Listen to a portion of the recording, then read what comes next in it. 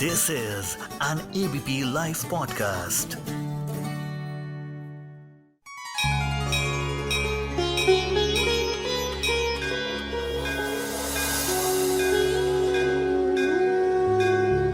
आप सुन रहे हैं रामायणा डायरीज।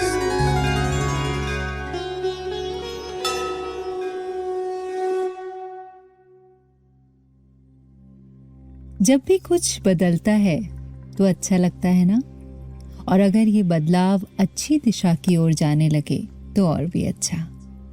बस यही दृढ़ संकल्प रखना है हमें आने वाले साल 2021 के लिए भी। अब नियति में क्या लिखा है वो हम में से कोई भी प्रेडिक्ट नहीं कर सकता, पर नियति के अलावा भी एक चीज होती है। क्या, आइए जानते हैं।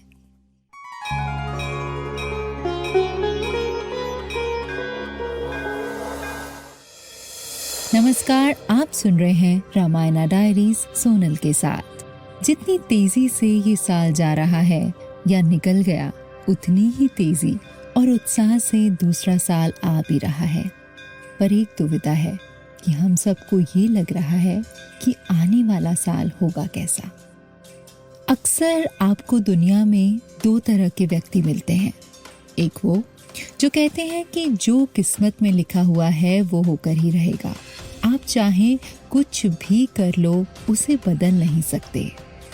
और दूसरे वो लोग होते हैं जो कहते हैं कि किस्मत जैसा कुछ होता ही नहीं है, इंसान की इच्छा शक्ति, उसका संकल्प ही उसका भविष्य निर्धारित करती है।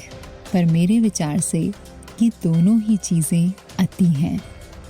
वास्तव में दोनों ही संभव भी हैं। अब आप कहेंगे कि ऐसा कैसे हो सकता है, तो मैं आपको बताती हूँ कि ऐसा कई बार हुआ है और इसका उल्लेख रामचरितमानस ने भी किया है। आपको मैं रामचरितमानस के उस प्रसंग पे ले चलती हूँ जहाँ इसका उल्लेख हुआ है।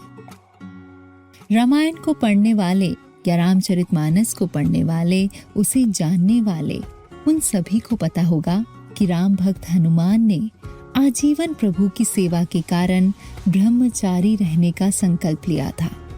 किंतु ब्रह्मा जी जो नियति के निर्माता थे, उन्होंने उनकी किस्मत में पुत्र योग लिखा हुआ था। अब यहाँ पर विधि के विधान और संकल्प में एक प्रत्यक्ष टकराव था, क्योंकि ब्रह्मचारी के जीवन में पुत्र सुख नहीं हो सकता, ये सभी जानते हैं।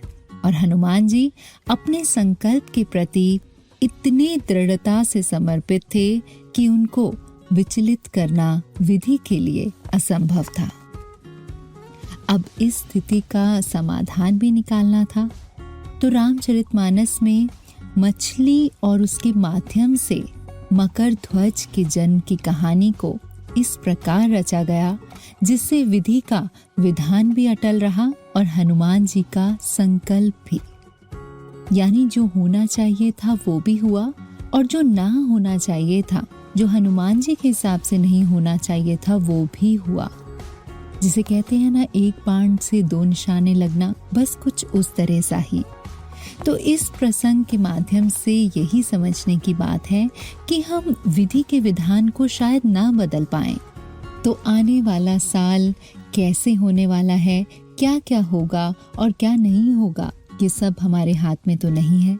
लेकिन हमारे हाथ में एक चीज है कि यदि हमारी इच्छा शक्ति मजबूत है तो हम उसके प्रति समर्पित हों तो परिणाम प्राप्ति की प्रक्रिया को जरूर बदल सकते हैं। So stay positive mentally, stay strong emotionally, stay together.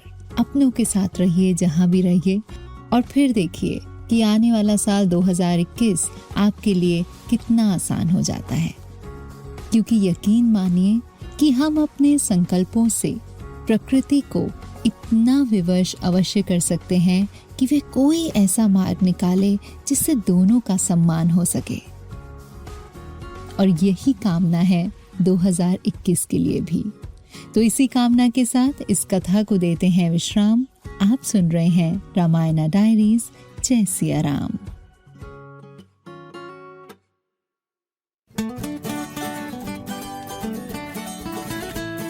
This is an ABP Life podcast.